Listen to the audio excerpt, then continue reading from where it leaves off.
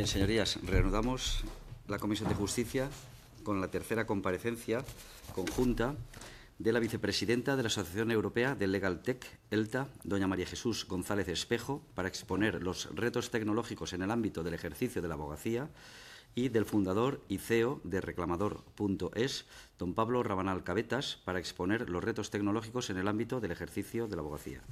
Tienen la palabra por tiempo de 30 minutos.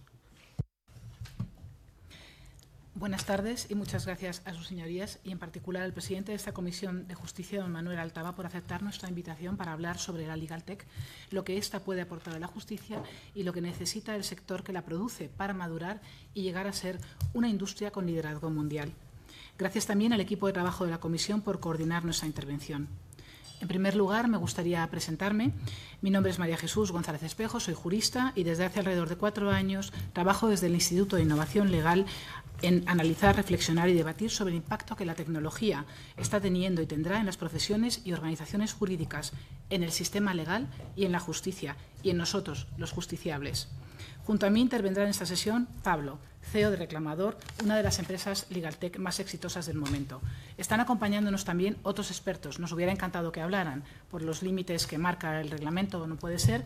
Don Juan Pavón, catedrático de Inteligencia Artificial, don Moisés Barrio, letrado del Consejo de Estado, doña Laura Fauqué, socia del Instituto de Innovación Legal, y don Carlos Martín, CEO de Mail Certificado. Hablemos en primer lugar... Hablaremos en primer lugar sobre ELTA, a quien representamos hoy, Asociación Europea de Tecnología Legal. 2 años de vida, unos 300 socios de todos los ámbitos y con objetivo principal promover la innovación y el desarrollo y utilización de la Legal Tech europea. Vamos a hablar ahora sobre el concepto de Legal Tech. No es un concepto sólido, consolidado, con doctrina, es un concepto que se está haciendo ahora mismo. Se mezcla con otros conceptos como PropTech, InsurTech, RegTech, FinTech. Casi todos conviven. Nosotros creemos que la Legal Tech es aquella tecnología que tiene un fuerte componente jurídico. Es una definición simplificada, pero nos ayuda a entender de qué estamos hablando. Engloba tecnología de muchos tipos, basada en inteligencia artificial, en blockchain, apps, plataformas online. Operan en España, como veremos en la siguiente diapositiva, multitud de operadores, algunos nacionales, otros internacionales. Ofrece servicios, esta tecnología, a negocios, B2B, a personas, a ciudadanos. Existen diferentes tipos. Y es un sector joven, con mucho potencial, del que no hay todavía suficientes datos. O sea, hace falta que trabajemos en evaluar qué inversiones se están realizando en él y conocer mejor quién hay detrás. Vemos aquí una foto. Como esta presentación se la vamos a entregar a sus señorías, no es necesario que entremos a analizar, sería además imposible. Esta foto muestra tipologías de herramientas por categorías, bases de datos de jurisprudencia, las más tradicionales, gestión integral del despacho, herramientas para el marketing y comunicación, para el Big Data y la inteligencia, predicción judicial, evidencias, les sonarán. En esta otra diapositiva queremos mostrar el dinamismo de este sector, un sector que no deja de reunirse, de hablar, de intentar crear esa doctrina que creemos tan necesaria. Hay comunidades, si quieren información más concreta sobre todo esto podemos facilitársela. Pero ¿qué puede aportar este sector a la justicia y a los profesionales del derecho? O más bien, ¿qué puede no? ¿Qué está aportando? Pues bien, en nuestra opinión, y creo que seguramente en esto no tendremos opiniones muy diferentes, lo que muestran los medios y los estudios de opinión es que el ciudadano ve la justicia caracterizada por su lentitud, por su falta de medios, por la corrupción en muchos casos, por el problema de reparto de competencias, por enormes colisiones de intereses, por falta de comprensión, no entienden lo que leen las sentencias, las leyes, por falta de transparencia y por una politización importante de lo judicial. Es decir, un panorama un poco triste y que hace que el ciudadano tenga sentimientos de desconfianza, de miedo, de frustración y de descontento hacia la justicia. Y esto es grave, y es grave porque el ciudadano ya no es como antes, ¿no? Un ciudadano sin información y sin poder.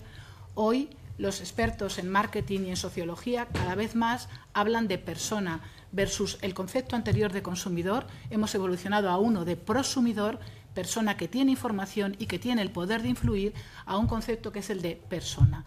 La tecnología es la que ha permitido evolucionar hacia ese concepto. Y el hecho de que hoy el ciudadano ya no sea ciudadano, sino persona con intereses, con capacidad y con poder, hace que el ciudadano espere de la justicia rapidez en la respuesta, espere transparencia, espere el poder participar en la elaboración de las normas, espere comprensión, escucha activa, comodidad en la elaboración o la realización de gestiones con la Administración. Y la realidad es que esto no está pasando. Tengo a mi lado a Pablo, que es un empresario de éxito y que lo que ha hecho es cubrir necesidades de ciudadanos que se enfrentaban a situaciones malas y él les ha dado solución. Creo que su historia puede ilustrar cómo, usando tecnología, puede tenerse no solo éxito empresarial, sino solventar necesidades reales del justiciable. Pablo, tienes la palabra. Muchas gracias. A ver cómo avanza esto con el ratón. Vale. Es con el... ¿Con el botón este o qué? Sí. Vale. Bueno, buenas tardes y muchas gracias por recibirnos. Soy Pablo Rabanal, soy fundador de reclamador.es y... A ver. Simplemente te lo paso yo si quieres, o sea, así, ahora ahí y ahora así. Ah, bueno, es que tienes un PDF. Entonces un PDF, vale. Y lo que vengo a contar de primera mano es, pues, bueno, lo primero, somos una empresa de Legal Tech y vengo a contar de primera mano la realidad de los consumidores y de los ciudadanos que se están encontrando en los juzgados. Y hablo con conocimiento de causa, luego mostraré cifras porque estamos metiendo unos 35.000 pleitos al año, ¿vale? Voy a empezar contándoos quiénes somos y luego los dos principales problemas que vemos para un acceso más justo del ciudadano a la justicia, con el fin de que podamos plantear soluciones y sobre todo de que se tome conciencia desde aquí. Reclamador nace básicamente de un problema que tuve yo con una operadora móvil, como probablemente hayamos tenido todos en esta sala, y la frustración de no poder solucionarlo, ¿no? De verme envuelto en un bucle. Entonces, básicamente, desde el punto de vista de nuestro cliente, la propuesta es reclamar a golpe de clic, se puede hacer todo desde la web y sin adelantar un euro, ya que trabajamos a éxito. E internamente lo que tenemos es un equipo de 20 ingenieros de software que desarrolla una herramienta de gestión de expedientes judiciales. Reclamamos diversos tipos de productos, pues retrasos de aerolíneas, todos los de banca que están tan en boga hoy en día, las hipotecas suelo, los gastos de hipoteca, multidivisa, etcétera. Llevamos también temas impositivos, laborales, negligencias médicas, estamos empezando a gestionar permisos de extranjería, la devolución del IRPF por maternidad, etcétera. Cuento algunos datos para que se vea la dimensión que está cogiendo la categoría. Bueno, lo primero, somos miembros fundadores de ELTA en España y somos miembros fundadores de APRA, que es la única asociación con presencia en Bruselas de defensa de los derechos de los viajeros. Hasta la fecha tenemos 200.000 clientes con más de 60.000 casos resueltos. Hemos reclamado más de 160 millones de euros. De los 30 primero que hemos recuperado tenemos un 98% de éxito. Y solo con un equipo de 45 abogados, pues actualmente estamos interponiendo el 22% de los pleitos mercantiles de toda España. ¿Vale? Estamos hablando de un volumen de pleitos de unos 35.000 al año. Y, insisto, 45 abogados y 140 empleados, ¿no? Esto no sería posible si no fuera por tecnología. Venimos prácticamente de la nada, nacimos en 2012, donde facturamos 200 euros y ahora, pues, este año pues, facturaremos por encima de los 4 millones de euros, esas son nuestras comisiones, y tendremos en cola, en juzgados, pendiente del timing de los juzgados, unos 27 millones de euros más en honorarios. Bueno, estamos ya con un equipo directivo bastante senior, no me voy a parar mucho en esto, el director de comunicación, exdirector de comunicación de Tuenti, vicedecano de la Complutense, nuestro director legal es subdirector de servicios legales de la Comunidad de Madrid, en excedencia actualmente. Tenemos inversores bastante fuertes y he puesto este slide un poco para que veamos que es un sector que realmente está empezando a atraer capital y que se va a mover muy rápido, ¿no? Caviedes & Partners pues es el principal venture capital de España con más de 100 millones de euros de inversión en startups, dueños de Europa Press. Leandro Sigman pues, dirige una farmacéutica que se llama Chemo Group y es de las 10 familias más ricas de Argentina, según la revista Forbes. Carlos Pacheco, al que veis a la derecha, pues es uno de los propietarios del Grupo Colpatria en Colombia, que es un grupo que abarca minería, banca y otros sectores, con más de 50.000 millones de euros en activo. Y debajo, pues bueno, a los que les gusta el fútbol está Álvaro Arbeloa, lateral del Madrid. Y tenemos también a Martín Barsaski, que es un emprendedor que ha montado 5 unicornios. Un unicornio es una empresa que llega a valer más de 1.000 millones de dólares. Por ejemplo, ya.com, por ejemplo, Yastel, ¿vale?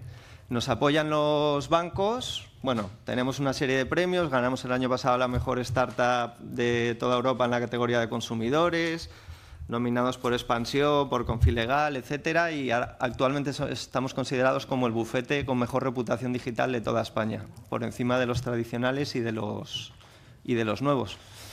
Entonces, todo esto para llegar a, después de representar a 200.000 clientes, para llegar a propuestas concretas en el acceso a la justicia de los ciudadanos, ¿no? Y en una sociedad que es digital, donde se crean, bueno, comprar ya se puede hacer por Internet, hablábamos de Insurtech, hablábamos de PropTech, hablábamos de muchísimas cosas. La digitalización es un hecho que está ocurriendo en todos los sectores, simplemente en el sector jurídico está tratando un poco más, y lo cierto es que hay números que invitan a reflexionar que es urgente empezar a ponerle foco. Por plantear un escenario general, en España nosotros tenemos que pleitear en más del 90% de los casos. Si comparamos estos datos con Centro Europa, es 3 veces más. ¿Por qué? Porque tenemos un sistema que, sobre todo en los juicios de baja cuantía, pues protege al infractor. En demandas de menos de 2.000 euros, a una compañía aérea, por ejemplo, le da igual pagar con una sentencia condenatoria que tarda 2 años en salir que pagar el día 1. No tiene ningún tipo de incentivo para solucionarlo antes, con lo cual se colapsa el sistema. Por poner algunos ejemplos, en Madrid, con la creación de los juzgados especiales bancarios, pues tenemos al 10% de los jueces gestionando el 80% de los casos, ¿no? Lo cual no tiene mucho sentido. Estamos tardando de media en resolver cada caso 748 días. Es decir, estamos hablando de 2 años y medio, prácticamente. Si comparamos esto con Centro Europa, vienen a tardar unos 5 meses, unos 160 días. Es decir, no hay convergencia entre el uso de la justicia que se hace en Centro Europa y el que se está haciendo en España, ¿no? Y todo esto principalmente es por falta de medios y por falta de foco en digital. ¿Cómo se acelera la implementación de la justicia digital? Pues, por ejemplo, con LexNet, ¿no? De LexNet hemos leído muchísimo todos, pero la realidad es que, pues, para empezar, hay 7 LexNet en España, porque somos un país de diversas regiones, desarrollado por equipos diferentes, sin homogenización de criterios, cada uno haciendo un poco la guerra por su cuenta, y ninguno funciona bien a día de hoy. El problema que tenemos, por ejemplo, con el de Madrid es pues, que no se pueden subir documentos que pesen más de X megabytes, que muchas veces, además de presentarlo digitalmente, nos lo piden en papel porque no hay presupuesto para papel para dar traslado a la parte contraria, etcétera, ¿no? Entonces, lo que se parecía una solución para agilizar las cosas, al final lo que está haciendo, de momento, es retrasarlas.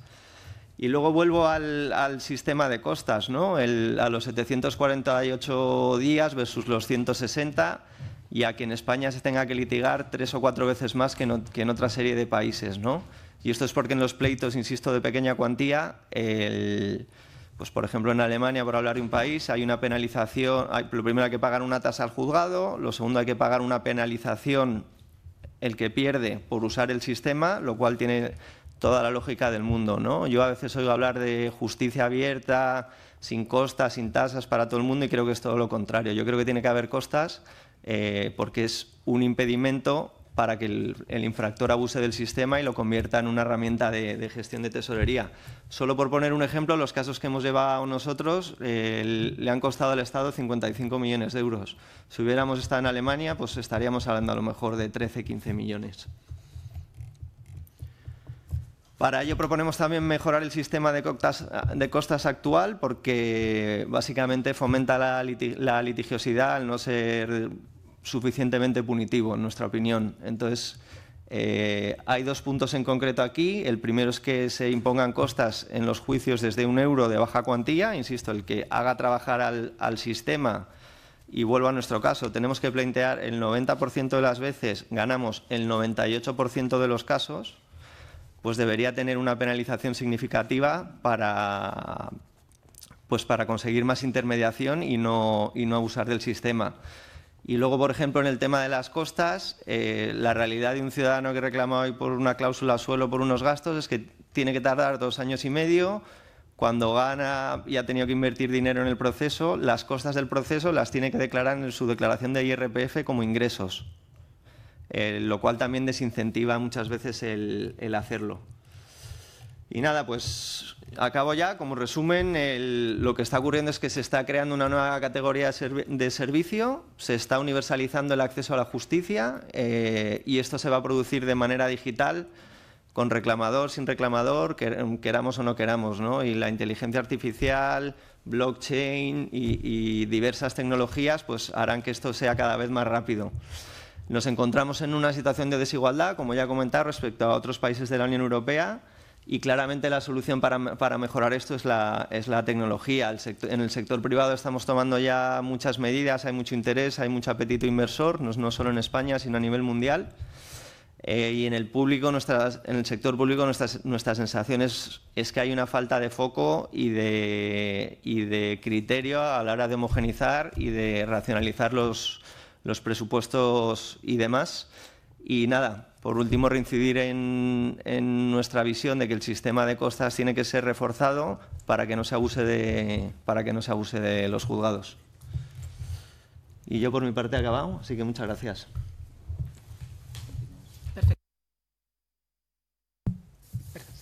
Continúo yo.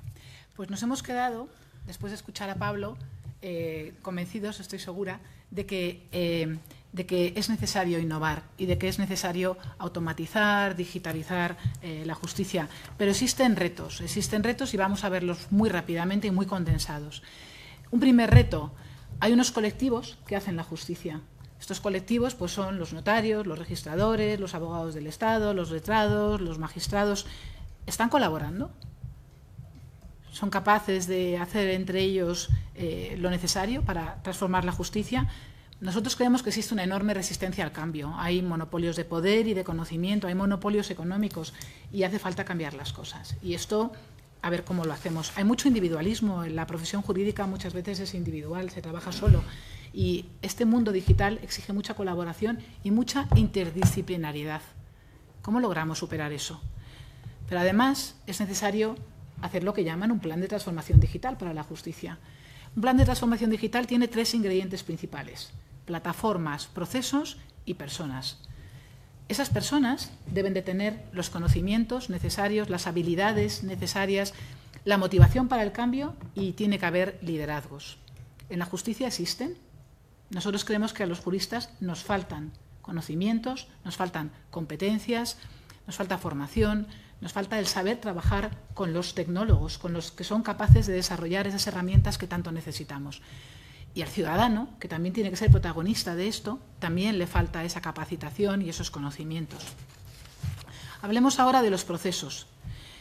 Hablando de procesos, es necesario que pensemos en si no estamos siempre trabajando y concentrándonos en la cura en España. Invertimos más dinero en los juzgados, más dinero, pero ¿y por qué no invertimos en prevenir los conflictos? Hay mucho menos dinero invertido en prevención. Se habla mucho de la mediación, pero a lo mejor ni siquiera hay que ir a la mediación. Antes de la mediación hay la prevención del conflicto. ¿Por qué no lograr que el ciudadano sea menos conflictivo? Porque se entienda y comprenda mejor las consecuencias de un conflicto. Es necesario identificar los famosos cuellos de botella. Pablo hablaba de que no se sabe muy bien la Administración. La Administración tiene que hacer un análisis claro de qué es lo más importante y trabajar en ello, porque no se puede trabajar en todo. En transformación digital está muy claro que no puedes ir a por todo, hay que ir ladrillo a ladrillo. Pero ¿se ha pensado en cuáles deben ser los primeros ladrillos y dónde hay que poner esos recursos escasos que tenemos? La colaboración pública o privada es básica.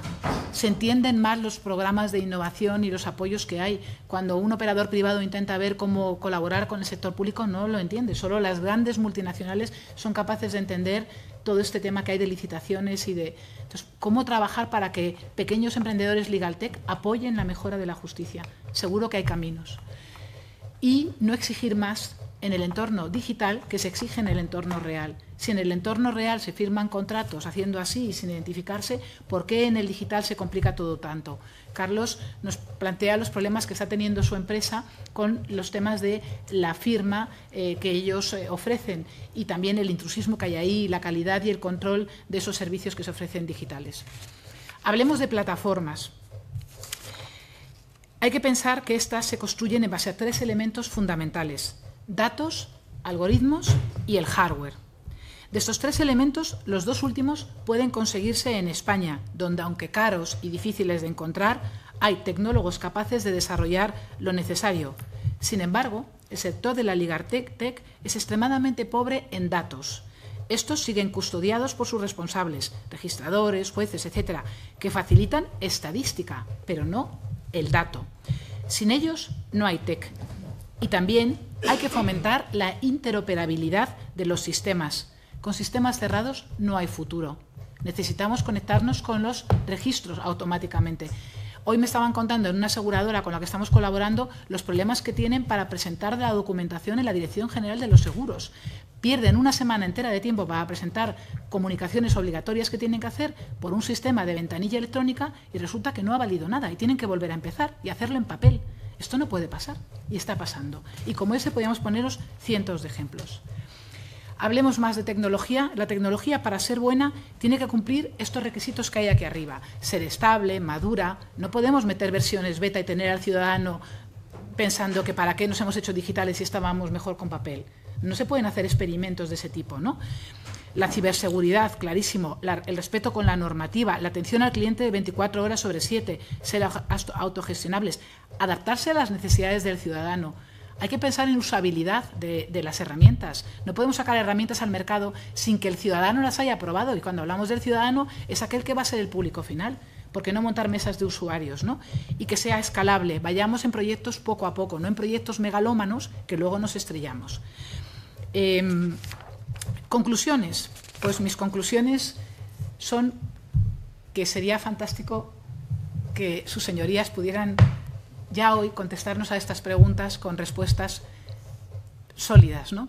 Posiblemente no sea posible, nosotros tampoco tenemos las respuestas, pero sabemos que además de estas preguntas podríamos haber planteado muchas más. ¿Cuáles son los cuellos de botella en la justicia? ¿Los conocemos? ¿Hemos hecho un diagnóstico? ¿Es invertir más en justicia la única solución para los retos que ésta tiene ante sí? ¿Qué podría automatizarse en la justicia? Nosotros seguro que tenemos montones de ejemplos que darles. ¿Y si en lugar de invertir en curar, invertimos en prevenir ilícitos? Herramientas para prevenir la corrupción se podrían hacer sin ningún problema. Herramientas para identificar qué leyes están mal hechas. ¿Cuántos juicios se evitarían si las conociéramos? Eso hoy es posible, porque no lo tenemos. ¿Cómo podrían ponerse más datos legales al servicio del ciudadano, del empresario Legaltech, que las necesita para hacer herramientas buenas y competir en otros mercados con ellas, como están haciendo en el Reino Unido o en Francia? ¿Cómo podría fomentarse la colaboración público-privada? ¿Podría ser España una líder mundial en tecnología de habla hispana? Seguro que sí. Tenemos un sistema jurídico que ha inspirado a los de muchísimos países de América Latina. ¿Por qué no lo estamos aprovechando?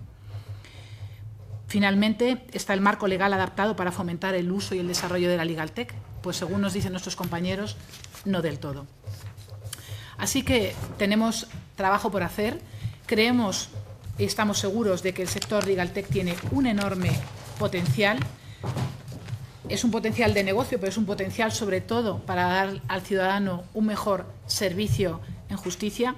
La transformación digital hay que realizarla a través de un plan y ese plan tiene que tener claro que los 3 elementos son básicos: las personas y su capacitación, los procesos identificados, como he dicho, con prioridades y sabiendo a por cuál vamos, y las plataformas que requieren de algoritmo, de dato, de hardware, y que lo tenemos en España, salvo el dato que podíamos tenerlo. Es necesario, creemos nosotros, tener un buen plan estratégico para promover la innovación y mejorar la justicia. En sus manos está y nosotros quedamos a su disposición para tener una reunión en cualquiera de nuestras empresas y que conozcan de cerca cómo es este sector. Muchísimas gracias por habernos escuchado y a su disposición para resolver las preguntas, que si no sabemos contestar, pues buscaremos la información y se la facilitaremos. Muchísimas gracias. Muy bien, muchas gracias por la presentación. Pasamos a la intervención de los grupos. Por el Grupo Parlamentario Mixto, No interviene. Por el Grupo Parlamentario Nacionalista, Partido Demócrata, Agrupación Reina Independiente, Coalición Canaria. No interviene. Por el Grupo Parlamentario Vasco en el Senado. No interviene. Por el Grupo Parlamentario de Esquerra Republicana. No interviene. Por el Grupo Parlamentario Unidos Podemos, en Comú Podem, en Marea. No interviene. Por el Grupo Parlamentario Socialista, senador Rodríguez Izquierdo. Muchas gracias, señor presidente. Y antes de nada, darle la bienvenida a la Comisión de Justicia y agradecerles la información que nos han trasladado. Yo, como decía antes la portavoz del Partido Popular, como abogado no ejerciente del Colegio de Abogados de Vizcaya, me he preocupado oyéndoles, porque un abogado clásico con despacho habitual pues igual se asusta un poco si ve cuáles son las utilidades que ustedes pretenden dar. Yo estoy de acuerdo en que promocionar el conocimiento es posible y que las aplicaciones que vienen respaldadas por las nuevas tecnologías y por lo que ustedes venían a señalar es importante, ¿no? Y el software en el mercado legal seguro que va a ser un éxito, estoy convencido, porque lo está haciendo en otros ámbitos y en otros servicios, pero sí es que sí me asusta un poco en cuanto a la digitalización de los despachos de abogados, de las capacidades que tengamos los profesionales del derecho en saber ser capaces de gestionar también esas nuevas tecnologías. Es verdad que ustedes agrupan, por lo que he podido ver, un conjunto de despachos de profesionales, no solamente de abogados, sino de empresas y de profesionales de las tecnologías, y intentarían seguro colaborar con esos despachos profesionales para ayudarnos a trabajar o ampliar nuestros conocimientos en ese campo, ¿no? Pero sí es cierto que me gustaría hacerle algunas preguntas que me han sorprendido, no es que me hayan sorprendido, sino que me han producido al no solamente escucharles en su intervención hoy, sino también al buscar documentación sobre sus actividades, ¿no? Con respecto a la intervención de la forma de reclamar ante la Administración de Justicia, yo estoy de acuerdo con que hay que mejorar el sistema de costas, sin duda. No tan claro en su primera opción, que es la que usted venía a señalar, como yo creo que esa primera parte no acercaría o se iría en contraposición de acercar la justicia a los ciudadanos, pero sí es verdad que habría que hacer una reforma en cuanto a la modificación de entender las costas como un ingreso. Considero que sí habría que hacerse algo parecido. Y con respecto al SNET, estoy absolutamente de acuerdo con usted, porque han sido muchas las intervenciones que yo he tenido en esta Cámara y en esta comisión con respecto a las deficiencias y a los fallos del SNET y del papel cero. Pero yo, como le decía, creo que su propuesta es un cambio fundamental y básico para todos los operadores jurídicos, no solamente para los que ejercemos la profesión desde los despachos de abogados, sino también desde la Judicatura, la Fiscalía, la Abogacía del Estado o cualquier ámbito que afecte a la justicia. Ahí yo le haría 4 preguntas con brevedad, ¿no? Ya hay bueno, sí, me consta que sí, pero cada vez hay más despachos de abogados que están desarrollando o comercializando Legaltech, ofreciendo ese nuevo servicio.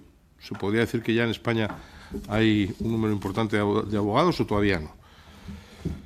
2, y por eso le decía que me preocupaba, ¿seguiremos siendo necesarios los abogados en esto?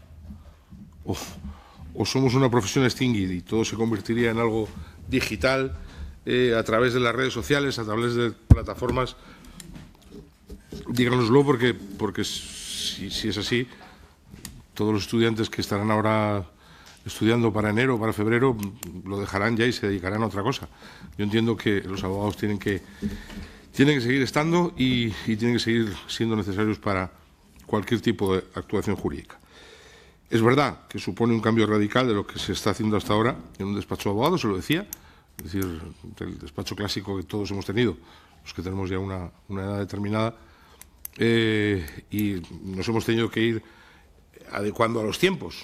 Antes se miraba Aranzadi buscando el índice del libro y ahora con un clic encuentras cuál es la sentencia del Tribunal Supremo, ¿no? Pero esto no supondría un cambio muy radical sin una adaptación previa para los bufetes o los despachos de abogados. Y última, usted, lo he podido leer, señora María Jesús, usted definió, y me hizo mucha gracia, y por eso solo quiero preguntar para que me lo explique, porque como me sorprendió, me gustaría que lo explique. Usted definió que había 4 tipos de despachos de abogados. Los elefantes, los zorros, los osos perezosos y las tortugas. Me encantaría que me definiera los 4 tipos de despachos de abogados, más que nada para ver en cuál me encuentro yo, o me encontraría yo. Muchas gracias. Muchas gracias, senador Rodríguez Esquerdo. Y por el Grupo Parlamentario Popular en el Senado, senadora Muñoz, tiene la palabra. Sí, gracias. Bueno, pues al igual que el resto de grupos, desde el Grupo Parlamentario Popular, agradecerles la visita y la exposición que nos han hecho. Me iban surgiendo dudas prácticamente similares a las del compañero del Grupo Socialista. No es habitual, pero me han surgido las mismas dudas. Y sí quería comentarles que si nos podían explicar un poco más esa herramienta que dicen que se podría tener para saber qué leyes son buenas y cuáles fallan. Yo alguna vez me he planteado como legisladora si no tendría que haber una comisión permanente que estudiase el seguimiento de las leyes para saber si lo que hacemos aquí después funciona fuera, ¿no? Que al final es de lo que se trata. Entonces sí me gustaría si nos pudiese explicar un poco más sobre esa herramienta. Muchas gracias. Muchas gracias, senadora Muñoz. Pues para la contestación, cualquiera de los dos. Toma la palabra. Me da igual. Te cedo la palabra. Bueno, pues, a ver, la reacción que ha tenido el senador ha sido una reacción muy típica de los abogados, ¿no? No hemos venido realmente ni a asustar ni a atemorizar a nadie. Hemos venido simplemente a decir, oye, hay tecnología y la tecnología está aquí y deberíamos utilizarla, pero no para sustituir al abogado, sino porque creemos que el ciudadano se merece otra justicia, ¿no? El abogado está amenazado. Pues hombre, yo creo que determinados abogados sí, pero no por la Legaltech que van a hacer los emprendedores, sino por la propia Administración de Hacienda o por otras administraciones que claramente están desintermediando los servicios que prestan, cosa que es lógica. Si a través de tecnología yo puedo dar un mejor servicio, lo voy a dar, y a lo mejor va a haber asesores de determinado tipo que no van a ser necesarios en el futuro, por ejemplo. Y eso no lo está haciendo Legaltech del sector privado, lo está haciendo la propia Administración. Pero el ciudadano creo que está contento con eso si le da un buen servicio a la Administración. No sé si se lo da peor, que es lo que pasa a veces ahora. ¿Los despachos de abogados están desarrollando mucha tecnología y España es un país que está liderando en esto? Pues yo diría que en mi visión, que obviamente es una visión, como siempre, muy limitada, vivimos en micromundos, no. ¿Que hay despachos que se están poniendo las pilas?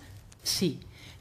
Hay algunos despachos, pero yo creo que con estas 2 manos que tengo he acabado, que hace ya unos cuantos años empezaron a pensar, sobre todo aquellos que trabajan en protección de datos, cumplimiento normativo, cosas muy automatizables. Sí, hay algunos despachos que hace ya unos cuantos años ya empezaron a pensar en cómo puedo automatizar cosas que hago a mano y no las hago bien y son muy repetitivas.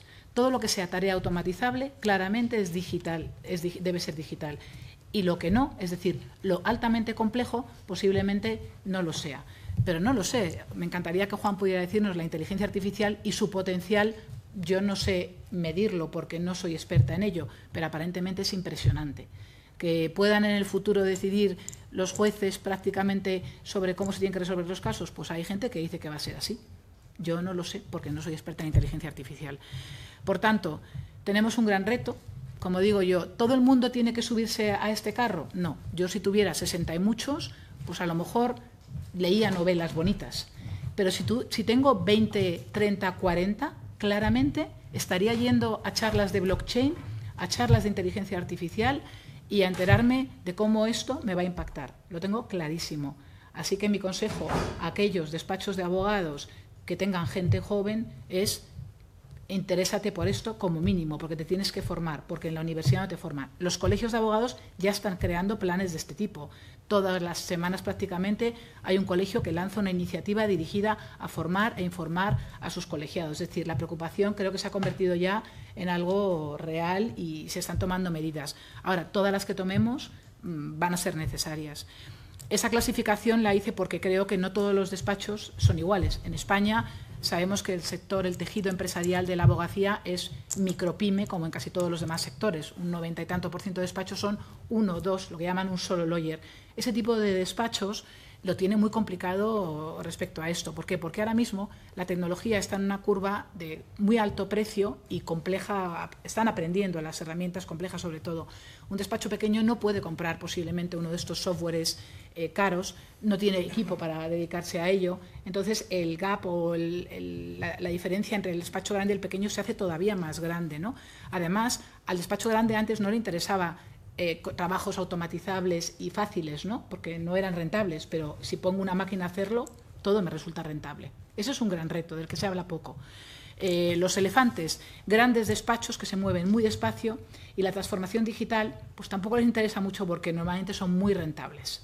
El zorro, un despacho pequeño pero listo y que lo ha visto. De estos hay bastantes ejemplos, no muchos, pero algunos.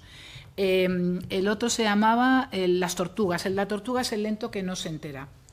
Y el otro, el oso perezoso, es el que se está enterando, pero bueno, ya cuando me toque voy y me subo al carro de la transformación digital. Con eso lo que quería es, usando esa analogía con los animales, que los despachos, los abogados pensaran dónde quieren estar. La herramienta que he sugerido, nosotros en el instituto estamos todo el rato incubando ideas, porque leemos mucho, viajamos bastante, porque fuera están pasando cosas y oímos ideas. Y claramente la inteligencia artificial, a través de una de sus metodologías, no sé cómo lo puedo llamar, Juan, que se llama el lenguaje natural, podría permitir este tipo de herramientas. Si yo, por ejemplo, analizo todas las sentencias que ha habido en España, cuando digo todas es todas, porque no me bastaría como pasa ahora, que solo tengo las que están arriba, las de segundas instancias, pero yo cojo todas y empiezo a mirar los artículos a los que se refieren esas sentencias, yo creo que ahí tengo una información interesantísima para decir que si hay 100.000 casos del artículo 22 de la ley tal, algo pasa. Si hay una ley que no es mencionada, posiblemente no es una ley conflictiva.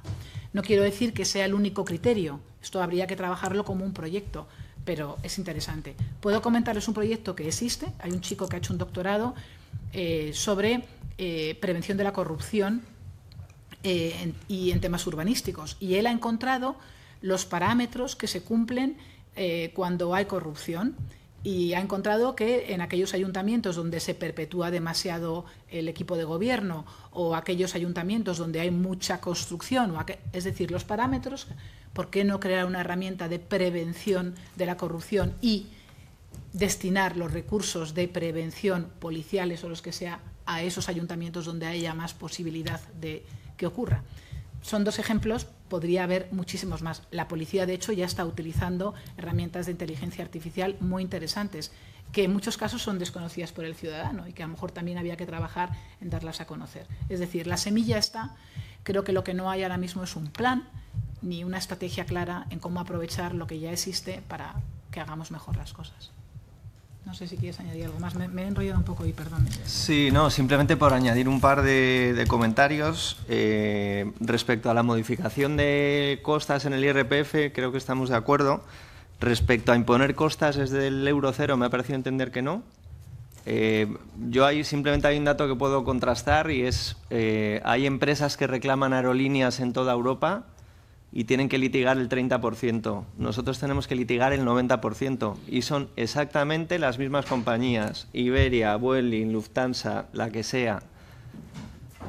¿Cuál es la razón, en mi opinión? Pues que ir a un litigio que ya se sabe perdido a Lufthansa le cuesta 1.000 euros, lo que en España a lo mejor le costaría 250 euros. Ese es el problema. Respecto a si seguirán siendo necesarios los abogados, yo no soy abogado, yo soy economista. Cuando he ido a estos foros y he visto un poco la cara como de vienen a quitarnos clientes, yo creo que es todo lo contrario. Yo la pregunta que hago es, de los 210.000 clientes que tenemos, de los cuales el 70% es una reclamación media de 400 euros, ¿cuántos hubieran encontrado un abogado dispuesto a trabajar por ese margen? Entonces yo creo que la gran noticia para el sector jurídico es que se está normalizando el acceso del ciudadano a la justicia, se va a consumir de manera digital, lo digital, o sea, para mí LegalTech no es más que el uso de la tecnología para poder dar un mejor servicio. Y este servicio se tiene que centrar en lo que te demanda tu cliente, en este caso los ciudadanos, y en lo que te demandan tus empleados para poder ser más productivos en su trabajo. Y creo que no hay que tenerle miedo. Es una herramienta de apoyo que está ayudando a crear categoría, y para mí, sin ninguna duda, los abogados seguirán siendo necesarios en el futuro, pero en tareas realmente de valor añadido, no de automatización que pueda hacer una máquina. Y pongo un ejemplo: nosotros para reclamar un vuelo miramos si hubo fuerza mayor o no. Pues a través de algoritmos, combinando bases de datos, vemos tasa de retraso en aeropuerto de origen, en aeropuerto de destino, visibilidad en pista de despegue por tramo horario, si había nubes altas, nubes bajas, información que nos dan los pasajeros. Esto, si se tuviera que hacer manualmente, es que es una pérdida de tiempo absoluta. En una reclamación, que, por ejemplo, un retraso Madrid-Barcelona, son 250 euros de compensación para el pasajero. Para nosotros es un ingreso medio de 62 euros. O le metes ese tipo de palancas o no hay manera de hacerlo rentable. Entonces, yo creo que estamos viviendo la mayor revolución industrial de la historia, que es la tecnología, y el sector legal tiene que adaptarse.